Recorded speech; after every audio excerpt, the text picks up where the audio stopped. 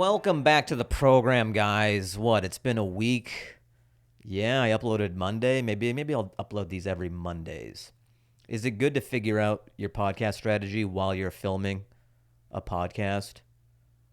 I don't like to do that behind the scenes. I like to have you guys have a front row seat while I figure it out. Maybe how about we vote, guys? Just write in the comments. What days do you want the pod to... No, I'll probably do it Mondays. Mondays drop a pod.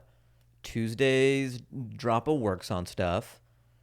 And then, I don't know, maybe extra credit throughout the week if I have it. I think I do shorts every day. I'll upload a short. Anywho, I made a coffee. It's 8 p.m. I really shouldn't be drinking this, but I don't have to wake up early tomorrow. And I was like, I want a coffee. I want a slice of happiness. Why not? So get off my fucking back. I'm an adult, okay? It's my podcast. It's my life. It's my house. So I'm going to drink a coffee at 8 p.m. And there's nothing you could do. You're just sitting at home on your fucking couch. You got to watch this. Look. I'm getting wired. I'm going to have so much trouble sleeping, but you can't do anything about it. I'm an adult. You don't know where I live. And even if you did know where I live, I would fight you. You'd have to pry this coffee from my wired hands. This whole podcast is just going to be sounds of me drinking coffee. So if you're not into that, fucking get out. Tune out. Mute whatever you're listening to this on. Turn the volume down. Or pop out the compact disc. Yeah, I sell these podcasts on compact discs. I put it in my trunk. I do like the mixtape route. I'm like Lil Wayne, you know? I'll just go to like swap meets and stuff. And I'm like, yo, check, this is like a hot episode of Fahim Anwar Dance Hour. They go, is that music? I go, no, it's me talking for an hour. But I do play a song at the end that's usually hot fire. In addition to just ideas, hot fire, that I do before the song hot fire. It's just a lot of hot fire on a 74-minute compact disc. Man, I can't remember. Was it 74 minutes? Kids, this is before streaming. We had compact discs. That was a game changer. Oh, and then you could burn MP3s on a compact disc, and that's like having a jukebox on that thing. Yeah, I like coffee. This whole podcast is going to be about my coffee journey. I feel like everybody gets into coffee just through like a chocolate delivery system, you know? It's a lot of mochas. I feel like mochas are the gateway to coffee. And then you go latte. You start like cutting it with less and less stuff. And then you become a grizzled detective. And you go, just put it in a poker cup. It tastes like justice when it's in a poker cup. When did that become like the detective cup? I wonder, can you be like a really grizzled detective, but you have a bedazzled like Starbucks cup, but he's the best. Like he has a mustache, and he's an alcoholic, but he just comes like sipping a diamond encrusted Starbucks. He's like, "What do we got? Don't let my fruity tumbler fool you. I know who killed him." Maybe that's gonna be when the writer's strike is over. I'm gonna pitch that show. Be like. They go, this is what you've been working on the entire time we've been off? I go, what, no good? He's a detective, but here's the catch. He drinks from a really fruity tumbler. Anything else? No, that's all I was striking most of the time, and I came up with it when I was out front Paramount striking. Is it a yes or a no? You're asking me a lot of questions. I'd buy that. Remember that was like the hook for every show. It's like, he's a detective, but he has OCD. Like Monk, right? And then, or like, The Mentalist. I don't know what that was. That like he knew when you were lying off of... No, that was a show called Lie to Me. That was with Tim Roth. I was in an episode of that. I was in like 3 episodes of Lie to Me. I kind of have a Benjamin Button career for some reason. Like I did a lot of TV at the beginning when I kind of came to LA. So, you know, I was doing stand-up in Seattle for 4 years, and then I moved to Long Beach, and I was, you know, doing Boeing and stuff. And then my first acting thing I ever got was Chuck on NBC. I was still working at Boeing at the time. So I took a week off. I said I had a family emergency, just because I didn't tell anybody I did stand-up at work, and I needed a week to shoot the episode in Burbank at Warner Brothers. So I shot the episode, went back to work. Nobody knew what's up. And I think months later, I ended up quitting. Luckily, the episode didn't drop until after I had already left to do comedy full-time. So I was in Chuck. That was actually a huge part. That's like, to this day, it's the biggest acting thing I've ever done. And it was my first. I burned fast and bright, guys. I came out hot with that role of Manouche Deepak on Chuck. It's so weird, man. Like on TikTok, I'll post stuff on TikTok. And I guess Gen Z are Chuck fans. Because every now and then, like every week, I'll get a comment like, he looks like the guy from Chuck. Is he the guy from Chuck? Kids love Chuck. Maybe I should hit up Zachary Levi's, be like, yo, dude, what if we do a Chuck and Manouche spinoff? Remember that really forgettable guest star that I did? What if we fucking just like you and me, dude? It'll be like a, sort of like a Rush Hour slant. You're white, I'm not. It'll be Manouche and Chuck. Oh, you don't want Manouche to get top bill? I guess we could do Chuck and Manouche. I said, yeah. Like, that's how I negotiate. Because I know he's not going to like the title being Manouche and Chuck. And so him saying Chuck and Manouche, that's our compromise. Like, I guess we could do a spinoff where it's called Chuck and Manouche. All right. You guys would watch that. Write in the comments if you would watch a show called Chuck and Manouche, starring Fahim Anwar and Zachary Levi. It's funny. Like, we did that episode, and then I was doing a stand-up show at some like Microsoft space years later, and he was in the crowd, and I don't think he wouldn't remember me at all. But I was like, "Hey, what's up? Yeah, I was Manouche Deepak." Actually, I loaded up on my phone. I go, "Watch, this is our scene." I've just been in enough stuff where I can like ruin those shows for people who know me. That's the extent of my acting career, where I've been in enough things where people are like, oh, fuck. And then it just, because you know me, it takes you out of the world and you can no longer enjoy the program.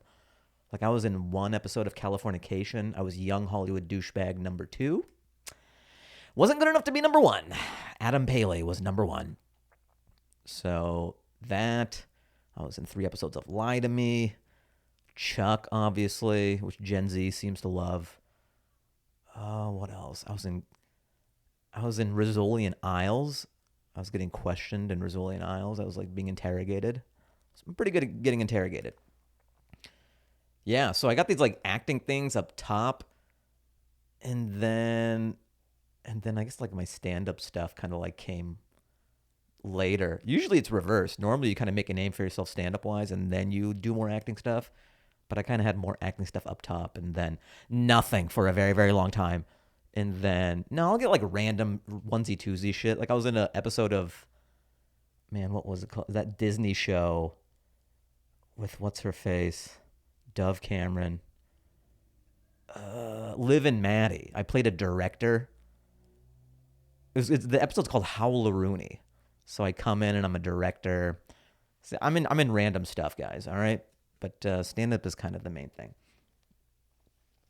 Why did I get into that? Why did I just download my entire IMDb? Maybe I'm really insecure and I just want to look. I've done stuff. It was my Tumblr idea. Yeah. I think we want to sell that, guys. Maybe it could be called The Tumblr. Like, oh my God, this guy's butthole. Somebody put an M80 in this guy's butthole and blew it up. And I solved the case, but I'm just drinking coffee out of a straw. I'm watching Suits. I kept on hearing, like, it's trending. People are talking about it. And I'm like, let me see what this is about. It's good. It's good for what it is, Like, it's meat and potatoes. There's so many fucking seasons. That's the thing. Like, it's crazy. How did this much Suits happen under our noses the entire time? It's like 10 seasons. And there's 16 episodes a season.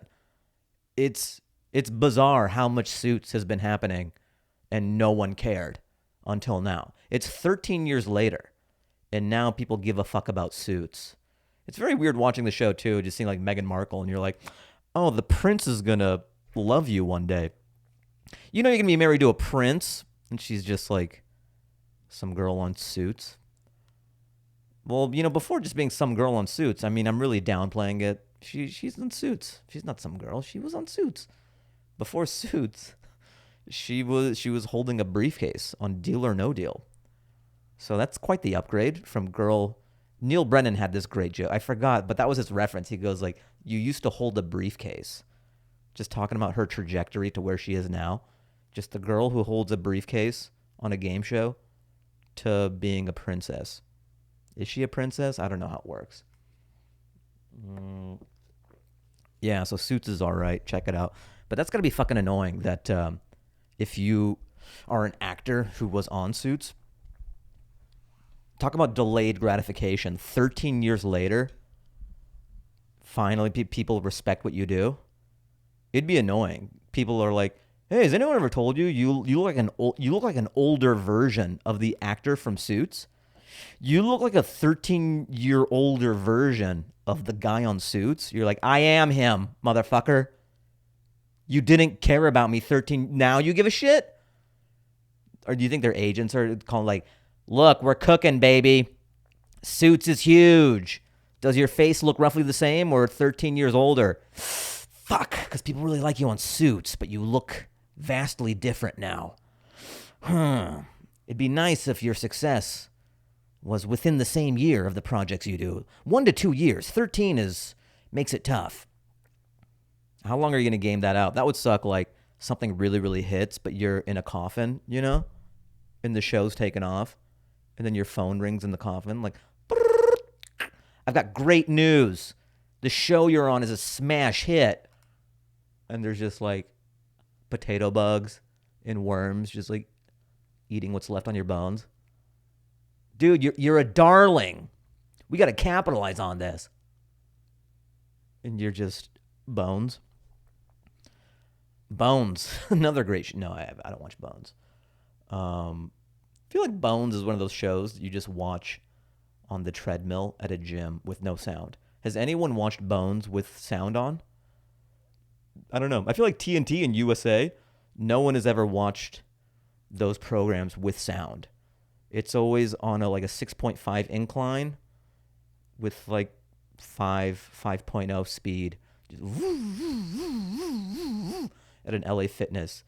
And you see David Boreanaz looking concerned and then cutting to like a Toyota-thon commercial.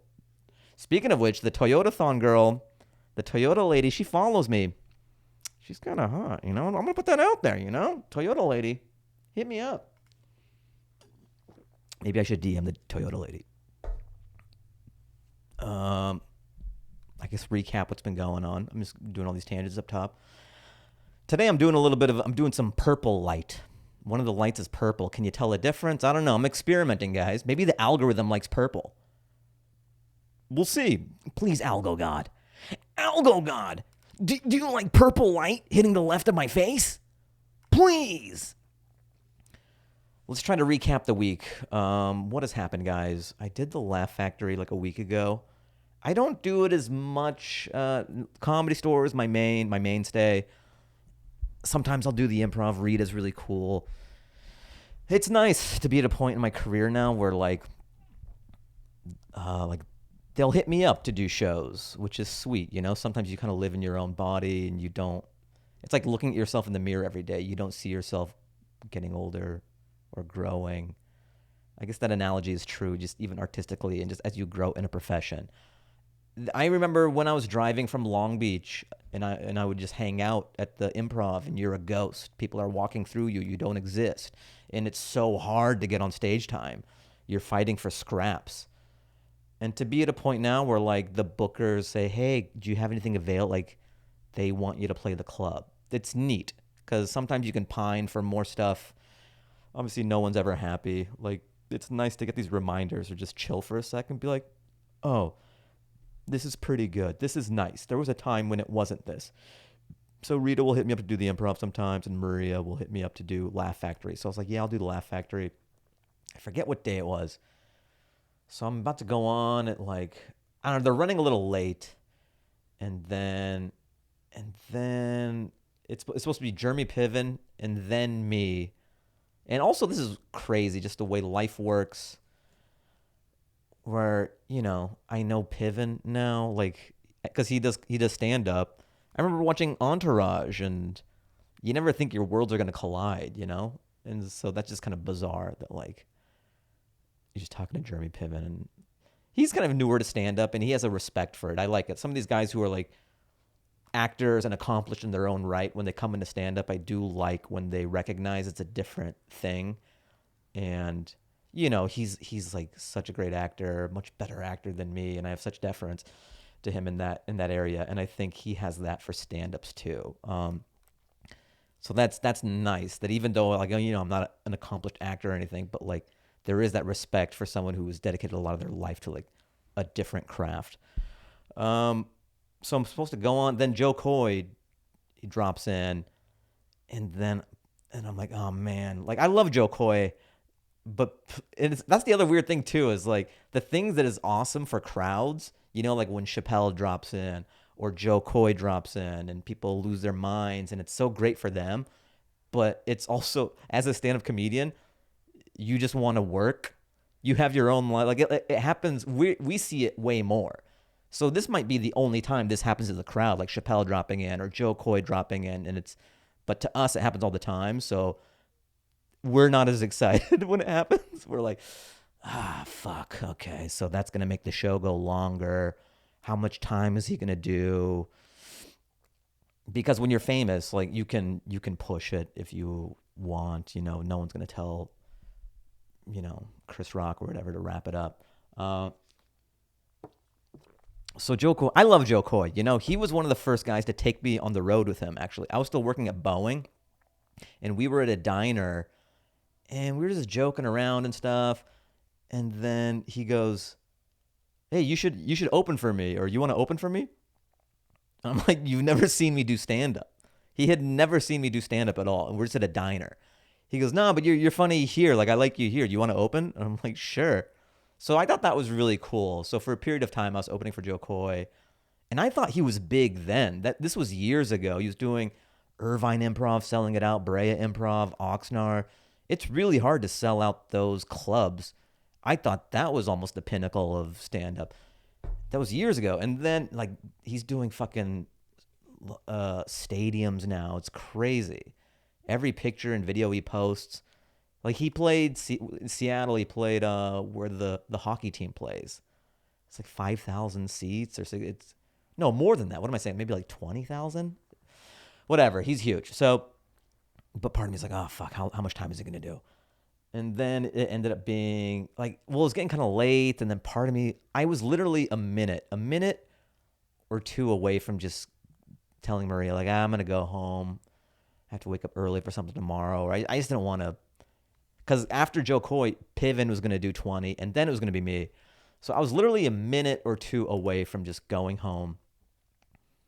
And then he gets off. He did a short set. He did like 10, 15 minutes, which was neat. That was really respectful of him, just to do a quick set. And then, so Piven did his time, and then, so I stuck around, you know, because Joe just did like a regular set. And then I went up, and I had a really good set. And then Joe was so nice. He watched, like, he had this like crew, this entourage. Like, when you're that big, you don't really like travel solo, I guess. You get the MC Hammer effect. You have a party bus for your close friends. No, but he had his son. They're people close to him and stuff. And then King Batch as well, who opens for Joe Coy, and then also does IG stuff. So I didn't know till I got off that he was like him and his whole crew and Batch and stuff. They watched the whole set, and they were so complimentary. Like Joe, he called me over and he was like, dude, that was so funny, and I haven't seen you forever. And he hasn't. Like, I don't think, like, we see each other in passing, but I don't think he had seen me do stand-up since I had been working at Boeing. It's been so many years. So that's kind of neat for a friend and someone at that level to kind of see what you're doing nowadays and be caught up to what you are artistically. So that was neat. Batch was super nice too. We follow each other on Instagram now, so we're IG official. Throw them up, Miguel. That's what I'm gonna do throw them up. That's pretty neat. What else to talk about? Oh yeah, so I'm just jotting down shit throughout the week that I'm like, let's talk about this. What's interesting takes. So I guess LeBron was in Saudi Arabia because I think Ronaldo, Cristiano Ronaldo signed his deal, and it's like 2 years, $200 million. And so Saudi Arabia just throwing crazy money at top level athletes now. And even LeBron was like, yo, hit me up for that $1 billion 1 year deal, or just half joking. And now videos emerging of him in Saudi Arabia. So Saudi Arabia is really making a play to get top level athletes, and they're just throwing stupid cash at them. And I think it's super fascinating to be doing that. You know what I mean? Like, what does it mean if you're a top athlete too? Like, some of them are taking it. Live Golf, a lot of those golfers, they took the money. And then people who don't have that opportunity, who are fat and watching at home, are like, dude, why did they take the money? They shouldn't. Don't they respect the PGA? America. Where they would murder their families for $50K. They don't have that opportunity, so they're just like shitting on these people taking millions and billions of dollars to play their sport for a year. Who wouldn't do that? Everyone would do that. I wanted to do a sketch called Saudi House, because everyone thinks they wouldn't do certain things, but everyone has a price. So it would be like 10 contestants in a mansion, and there'd be one Saudi prince in there. And he just, like, over time breaks your spirit by throwing money at you. Because you'll go in there, you're a businessman, you have a wife, you have 3 kids, you're very Christian. And he's like, you suck his dick.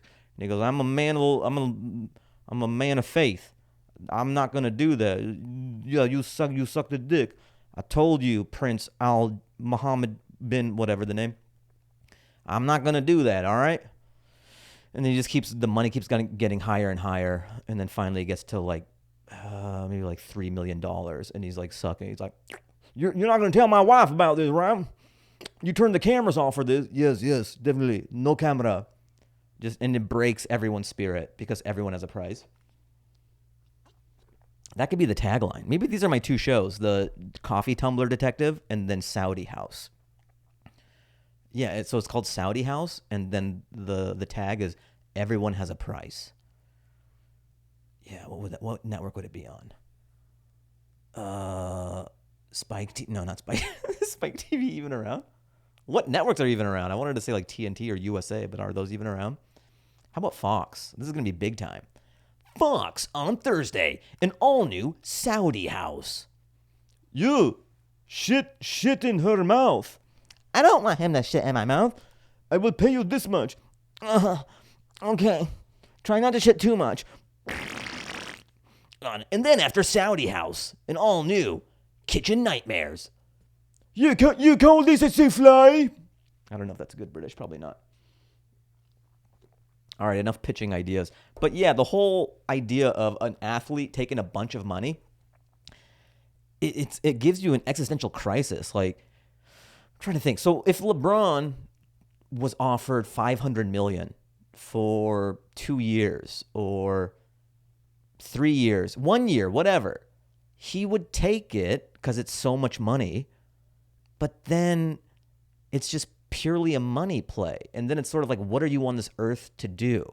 It's weird because everyone strives for money and security, but when you overkill it, you just throw so much fucking money at it, your life, you can't make sense of anything. You don't know why you're doing anything because you're out there, and it's almost like you're playing with kindergartners if you're LeBron.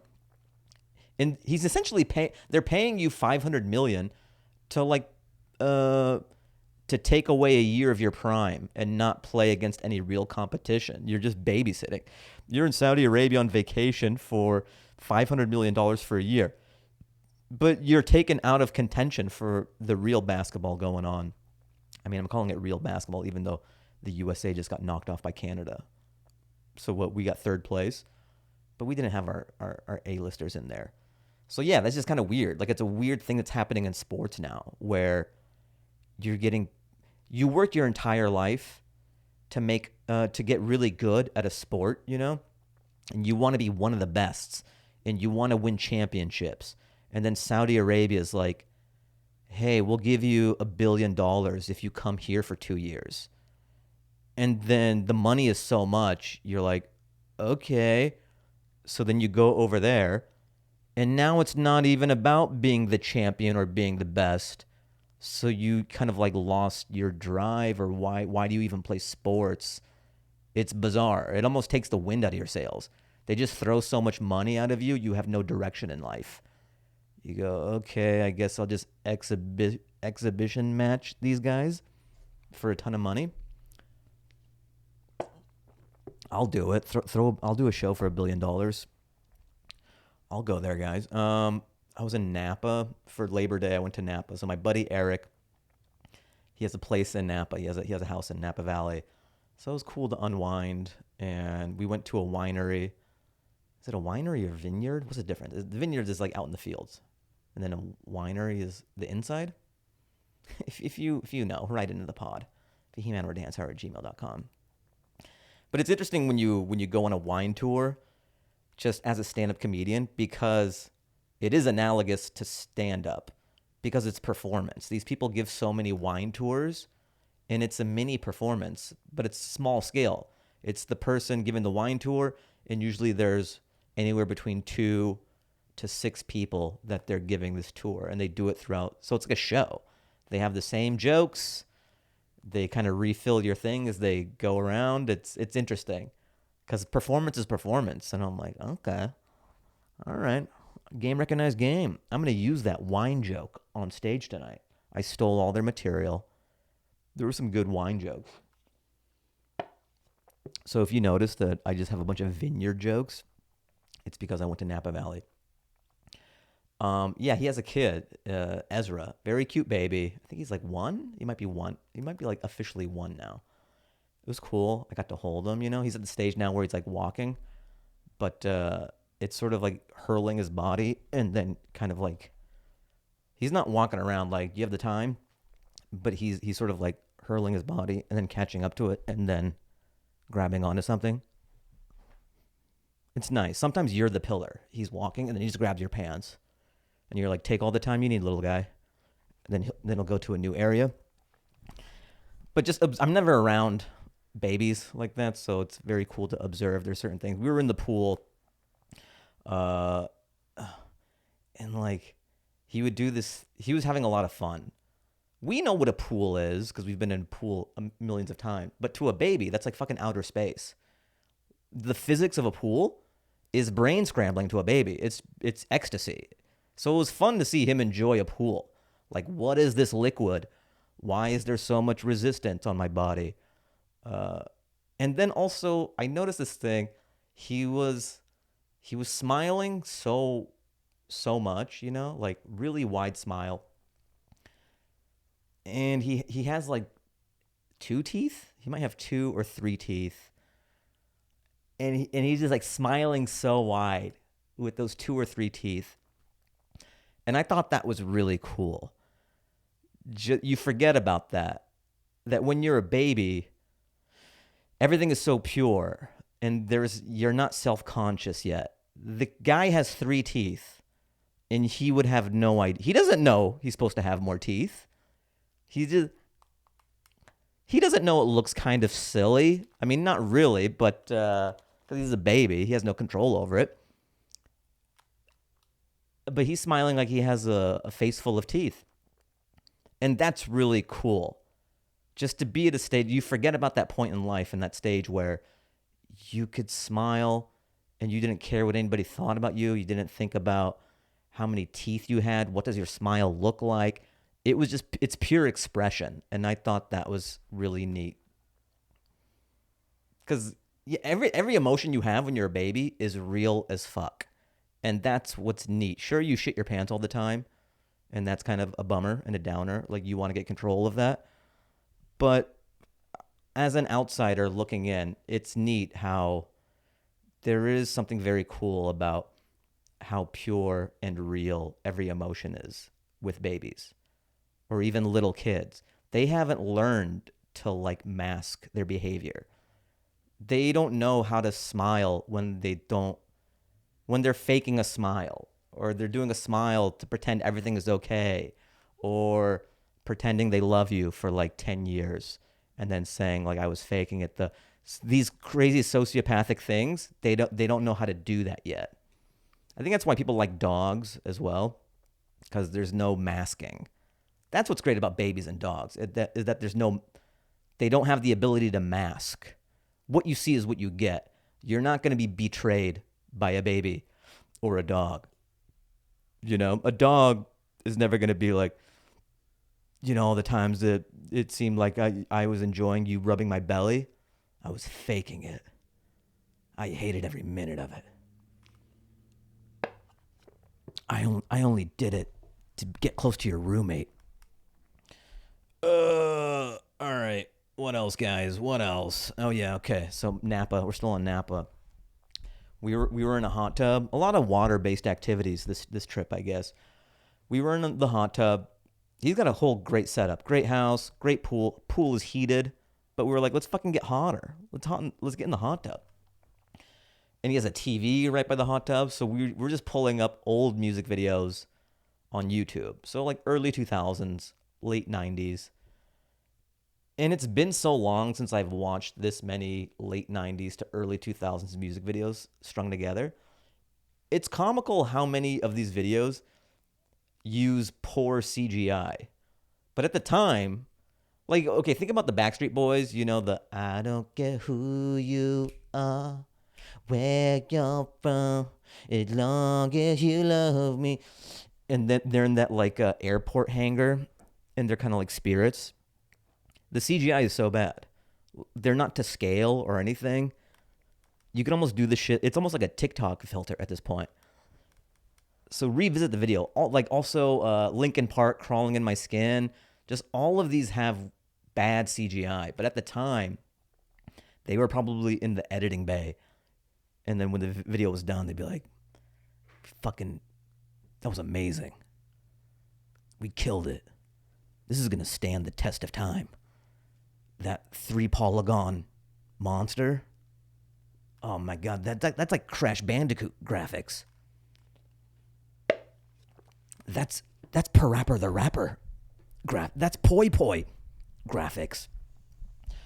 So yeah, revisit them. It's kind of comical just to see how CGI heavy it is, and it really dates it. That's why I think music videos from the 70s hold up.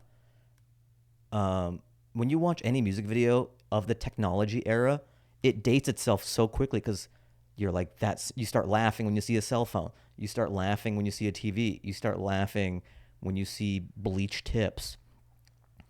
That's a Sum 41 reference, I think. Okay. Hot tub shit. Did it. I guess we were in the hot tub, and then maybe this is a sketch idea, or maybe I'll do it sometime. But there's something interesting about boy bands in general. Like, I wanted to do a sketch where I make a boy band of like 5 really talented 35-year-old men. They are amazing singers. They're amazing dancers. They're fucking great at what they do. But they're like, they show their stuff to a music executive, and he's like, you guys have no demo.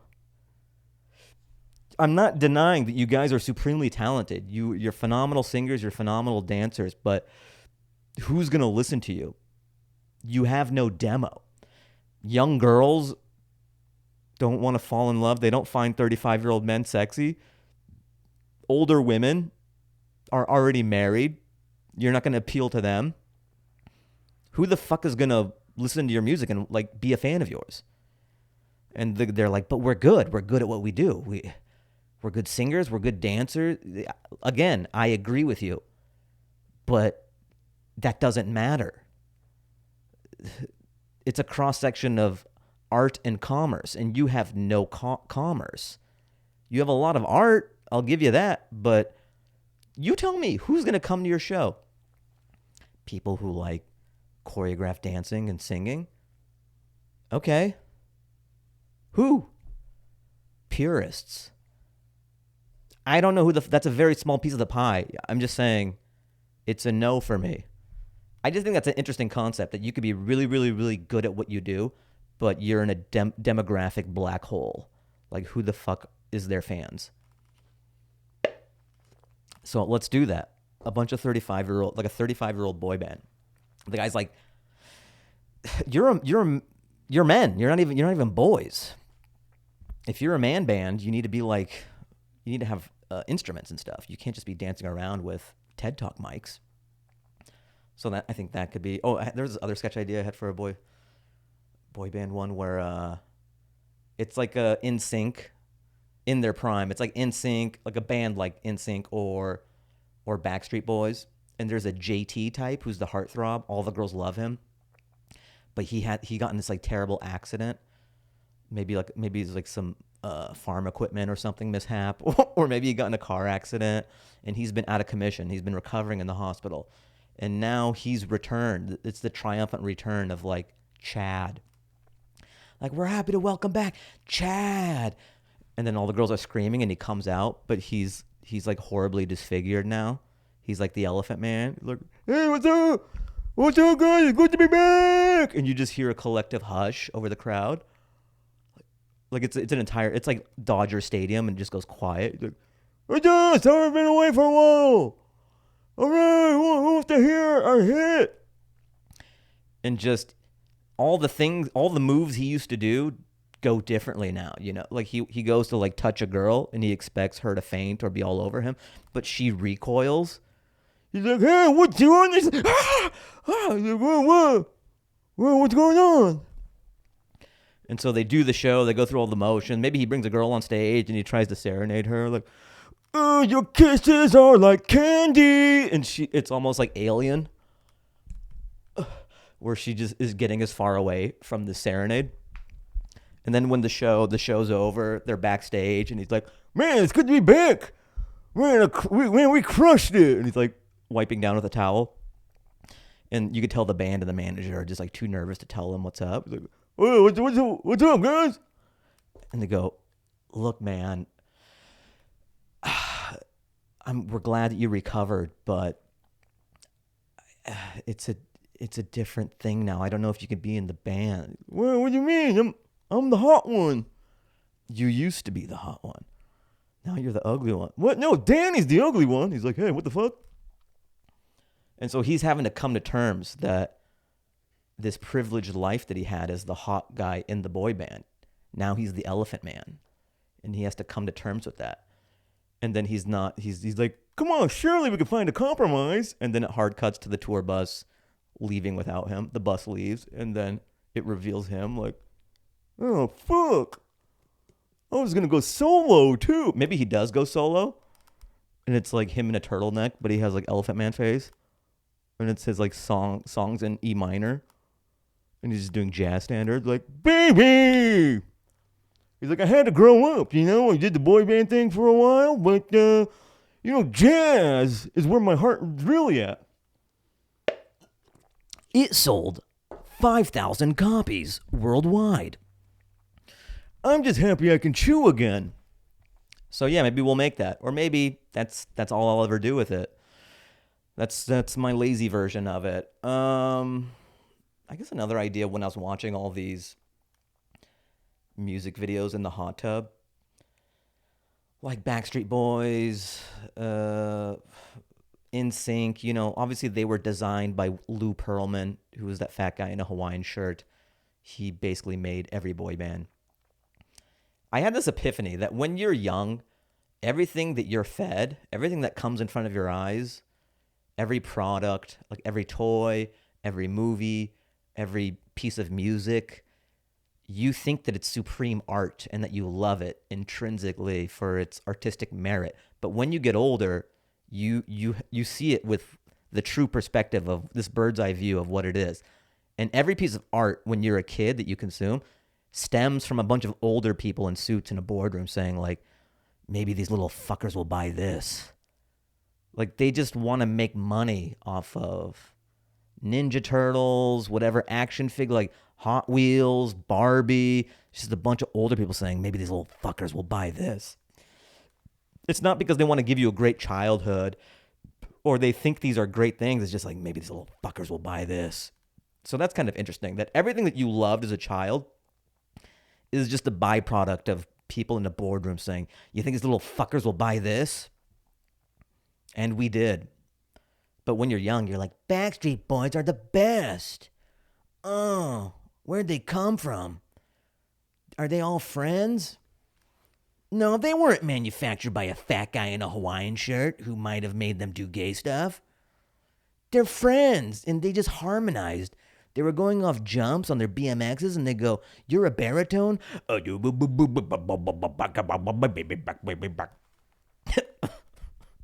know why baby back grew.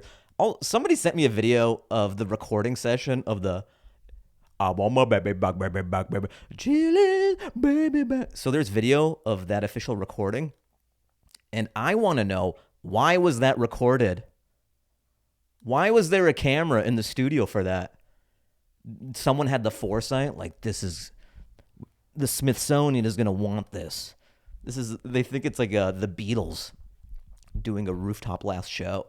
I better sneak a camera into this Chili's recording session.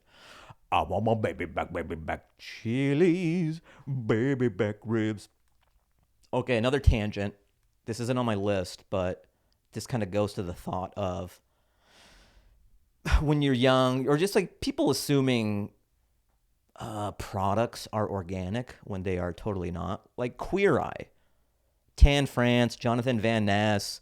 You know, they have who are the other guys? Does anybody know the other guys? I'm sorry if you're the other guys. But they kind of pass off this thing like they're just 5 gay friends who hang out together all the time. Like if the cameras weren't rolling, they would be in an Escalade driving around town changing lives. But it was such a casting session. They just had a bunch of different gay people come into a room, and they were like, okay, all right, this gay complements this type of gay. They couldn't have 5 Jonathan Van Nesses. It's like you're forming a basketball team, a Queer Eye basketball team. Look, Jonathan Van Ness is great, but you can't have 5 of them. That's RuPaul's Drag Race. No, I'm just kidding. You gotta have like the subdued, cooking one. You gotta have the decorating one. You have to have like a Megatron of gay characters for Queer Eye. But they're not. I mean, I feel insulted when they try to pass them off as like real friends, and I'm like, this was a casting call, okay? They don't talk to each other. They're not on a Queer Eye text thread. There's no chain with Tan France, Jonathan Van Ness. Also, you don't think about this, but if you are one of the lesser known Queer Eye guys, you've got to be furious when you see Jonathan Van Ness playing like these like giant theaters. Like, fuck. He's a more, I'm entertaining, but I'm more subdued. I should be playing theaters. Okay. Oh, okay, here's another thing. So I'm late to the party on this, but I was talking about it with Eric in Napa, and it's just fascinating. I'm a logical guy, and this is so not that. This is such an illogical thing that it fascinates me. So it's the Ariana Grande, Ethan Slater romance scandal that happened. I can't stop thinking about this. It's fascinating to me. Just sort of Ethan's angle, like the moves that he did perplex me. So he's married. So, okay, they're doing some Broadway show together. I forget what show it is. So they know each other from that. And they kind of had an affair or whatever. They were sleeping together. And then Ethan is married. And then he has a baby with this woman. And then he leaves them to be with Ariana Grande. So he's going to leave his wife and his baby, or I don't know, leave the baby, but he's leaving his wife, who he's had a baby with, to bet it on Ariana Grande. And that alone, that fascinates me, just as a logical guy. Like if you didn't have a baby, if you want to be reckless, okay. You want to try that, go ahead. Like, it's not going to end well. But to have a baby and to still jump to that vine is fascinating to me. Because just look at the data that's out there. So Ariana Grande, Mac Miller, Pete Davidson, Big Sean. There's others that I'm leaving out too. She couldn't make it. She's jumped to a lot of lily pads. And these are way more successful and better looking. Like, you are the least successful and least good looking out of the ones she couldn't make it work with. And you think you're going to be the one to pull the sword from the stone. And to, like, bet the farm on it. You know what you should have done? He should have just been like, I got swept up in it, we were working so much. One thing led to another. I feel bad about it. And then in his mind, he could be like, yeah, I fucked Ariana Grande and I got away with it. Cool. Yeah, I said I'm sorry and stuff, but that was pretty cool. And his life would be fine. But he almost thought the stripper loved him to leave his wife and the baby and be like, yeah, all right, let's make it work, Ariana. And she's like, what? You left them? Yeah. We had so much fun on set and stuff. I can't wait to spend my life with you. I left her. Yeah. About that. That was just fun for me. So I was driving to the Comedy Store the other day, and so David Dobrik has a pizza. He has a pizza shop called Dobrik's on the way. And that's interesting, I think we've entered this late stage capitalism where, like, celebrities are businesses now. I think the first iteration of this that we saw was like the shoe deal with basketball. So it's like you get really good at basketball so that you have access to the shoe deal. And you make the bulk of your income from the shoe deal. You make more money from the shoe deal than you do from actually playing basketball. And that's happening in other arenas too. Like, every celebrity has an alcohol now. Like, The Rock is making so much money from his tequila. The Breaking Bad guys have a whiskey or a scotch. Everyone has. So it's just weird that nowadays you get really good at something so that you can have a business where you make the bulk of your income. So it's not even about the main thing. The main thing is just to make you famous enough to have an energy drink or something else that brings the bulk of your income. That's interesting. What's my product going to be, guys? What should I sell? Alcohol's great because it's a problem for people and it's addictive. Ooh, so okay, these are clues. Addictive, maybe cocaine. Maybe I have Fahim Anwar branded cocaine. And it's just me on the baggies. Or it's just like me up all night, Or it's just a picture of me in a blazer pitching terrible TV show ideas. It says, get this. Okay, so boom, I figured it out. That's my product. It's cocaine. So Fahim Anwar's cocaine. And on the box, it's me in a blazer saying it's a detective with a fruity Starbucks tumbler. That's one of the ideas. Or Saudi house. And so it's just like a speech bubble. It says, get this. And it says Fahim Anwar brand cocaine. It'll keep you up all night and give you great ideas to pitch. Okay, what else is on my list here, guys? I got to rip through these and then the episode will be over. Okay. So this happened, I think a while ago. I was DMing with this girl, and then it kind of faded away. She stopped responding. I'm like, okay, whatever, that's fine. I have self-respect, guys. If it fades away, it fades away. All right? I'm not going to keep on. That's on you. So don't hear anything for a couple months. And then I get a DM out of nowhere. I guess it's her. I totally forgot about the thing. This is another mantra of mine. This is life advice. I'm a grab bag of like comedy and also life advice for some reason. Or be so busy you don't know you got rejected. Be so busy you forget you even put yourself out there or auditioned for a thing, or just be so busy you don't dwell on things. So just be so busy you don't even know you got rejected. Like, it doesn't even pop on your radar. So I get this DM, and I guess it's the girl that I was DMing like a year ago. So it faded away, and then the DM she sends me is, hey, sorry we were never able to connect, but do you want to do my podcast sometime? I'm staring into the camera. People at home. Do you want to do my podcast? So ghost for a year, and then unghost. Do you want to do my podcast? I was like, what day and time, and is there parking? No, I didn't respond. But I like that she was able to see that it said seen on my end. Just, I hope you feel silly. Who would say yes to that? Just blatant disrespect. And then, hey, do you want to spit some hot fire in my stew? No, I do that in my stew. All right?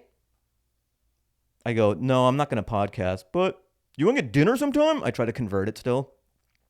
No go on the podcast, but this is a pretty good rating on Yelp, and it's $2 sign, so it's pretty reasonable. Let's check it out. Do you like Italian food? Do you have any food restrictions? Is gluten okay? Hey, I'm going to send you the menu. I've circled what I want to do. That's what I'm going to do when I try to set up dates, just do way too much work. Hey, I have a delivery guy. He's sending over the menu to you. He's on a bike. He's a courier. So I've circled what I want with Sharpie. You circle what you want. The guy will ride the bike back to my place, just so we'll be ready when we go to the restaurant. Do you like Santa Monica? Do you want to do by the water? Do you want to do deep in the valley? We could do Bakersfield if you just want to kind of see how the other half lives. All right, I think we did it, guys. Is there any more topics? I guess I'll talk about this. So I have a bit on Instagram that's almost at 1 mil right now. That's short for 1 million. I'm just in the stew talking about my almost mil. And it's a divisive bit, I suppose. And I knew it when I put, I have some jokes where I'm like, okay, some people may not like this. Some people might. People have different sensitivities to jokes. And that's what's tough, because it's never my intent to upset people or bother people. But if the joke is tight, I'm just so driven by ideas and the joke that dictates everything. That leads me to wherever I go. I have some jokes that make me seem Republican. I have some jokes that make me seem super liberal. I'm in the middle. I would say I'm left center. I consider myself liberal, but I love jokes and I love comedy, and whatever the joke is, I just see it all the way through, and wherever I land, and I'm comic first. Politics isn't a part of my comedy at all. I try not to. It's an unfortunate byproduct. It's not even unfortunate. I can see jokes for jokes, but some people are just so triggered from both sides that hey, this seems like it's not my team. I'm out. But there are people who can just see jokes for jokes, and that's who I do it for, and that's what I'm driven by too. And it's just interesting just watching it from afar. I don't really get involved in it because the comment section is a fucking cesspool like it always is. But a byproduct of that is that, okay, the flame war is just making it get more and more views because it's the Roman Colosseum, and everyone is just killing each other for sport. But it's just an interesting observation. Yeah, I just wanted to say that I'm driven by comedy, and wherever it lands, that's where it lands. I don't like comedy that starts from a political place. It's this is my worldview, or this is my team. Every joke has to land in this box. This is my team. Every joke has to land in this box. Also, this is a tangent, but I think everyone in politics, anyone who works in politics, should be the most chill people.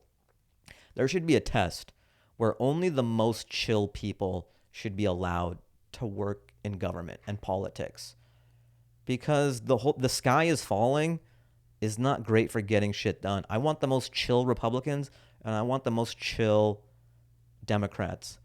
Because they'll be like, I don't think they should have drag in schools, but if you want to talk to them, not it is an outrage. These kids, just both sides are doing that. It's dumb. Just have surfers.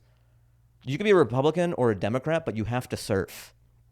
And if you don't surf, then you have to do an immersion, a 2-year surf immersion. You have to do ayahuasca. You have to like take the edge off. Do a personality test or something. You can't be on the fringes. You can't be wound up too tight, whether you're Democrat or Republican. So that's my pitch to the world. Be in politics, but only you have to be super chill. This will happen too on the bits. It's always annoying. So the video almost has 1 million. Obviously, it's people like it. it's and this isn't the only joke. I have other bits that are kind of divisive too sometimes. But when someone goes, not funny, it's bizarre. I understand. Like they should have you should update that. You should say not funny to me. I would accept that. Not funny. I don't. But like not funny to me, I'd be like, oh, he doesn't find it funny. But not funny. It's bizarre too when you're watching a clip where there's like 400 people in a room laughing, and then you write not funny. That's unequivocally not true. I mean, 400 people disagree with you. It's like if you watched a clip of LeBron dunking and then you wrote not dunking. It's just a little tidbit. Sure, it's not for everybody, and just write not funny to me. That would make more sense. I would accept that.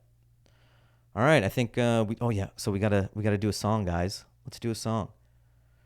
Also, rate, review, thumbs up, subscribe, hit the notification bell, do all the things that YouTubers tell you to do. Right into the pod. So fahimanwardancehour@gmail.com. That's fahimanwardancehour@gmail.com. This room is getting really hot. I don't know if you can see the sweat on my face. I've got it under my bottom lip and my top lip. Maybe the coffee didn't really help up top. Just get into a sauna with a boiling cup of coffee. What if like months from now you see a billboard for the coffee tumbler show that I pitched you? You go, the kid fucking got it off the ground. He did it.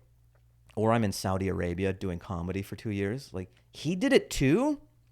LeBron is out there. I'm doing shows. Oh, yeah. Here's the analogy I was thinking. Like, if you get LeBron to Saudi, like you're Saudi, and you or like whoever you're paying. I mean, what's the idea here?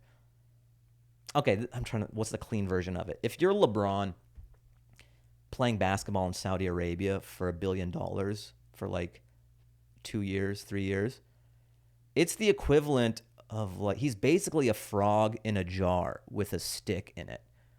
Like, LeBron, come here. You can play basketball. We have courts too. We have other warm bodies for you to dunk on. You're like replicating home to LeBron. You're in this like great mansion and stuff, but it doesn't feel quite right. You've taken this great athlete out of his natural habitat, and you're like, hey, LeBron, here is a stick here with a leaf sticking out of it, and it's in a jar. We poked holes in the top. If you stay in this jar for 3 years, we'll give you $1 billion. Just do your frog thing in the jar. And he's like, okay. I wonder what that will do to the Jordan LeBron argument. Because this is a real curveball. Everyone's talking about Jordan, LeBron, and then kind of he's still in his prime. He goes to Saudi Arabia for 3 years, and everyone's like, well, we don't know how to compare that. But if Jordan went to Saudi Arabia, it just makes it really confusing. It made an already hard math problem even harder. And then LeBron played basketball on the moon for his last 3 years as well. It's hard to compare Jordan because he was never on the moon. Song, guys, here we go. I gotta pull it up. Come on. I took a picture of it. Why is it not working? Okay. Very excited. I have coffee burps, guys. Sorry. I just puke on myself. I've done an Instagram post about this artist. He's great, man. Do a deep dive on his catalog. His name is Tommy Richman. And he's one of these artists where I'll stumble across a few of these guys, not like him specifically. Well, he is one specifically, but Benny Sings is a guy like this. Trying to think who else. Breakbot. I love Breakbot. There's a lot. Neil Francis is good too. So his name is Tommy Richmond. This song is called Last Night. And it just came to me the other day. I think part of the reason I like him, he reminds me of Bone Thugs a little bit. With like the hip hop beats, the harmonize, like the sing-songy rap. I don't know if he knows that or if he's gotten that before, but like it's just a tinge of Bone Thugs. It's not like a Bone Thugs replica or anything, but like I love Bone Thugs, and I just love his melodic take on hip hop. So yeah, this is called Last Night by Tommy Richmond. Check out all the stuff though. Right into the pod, fahimanwardancehour@gmail.com. Thumbs up it, comment, help me with the algo. Do it for all my videos. Come on. Come on. All right. Is that it? Yeah. All right. See you guys next time. Peace.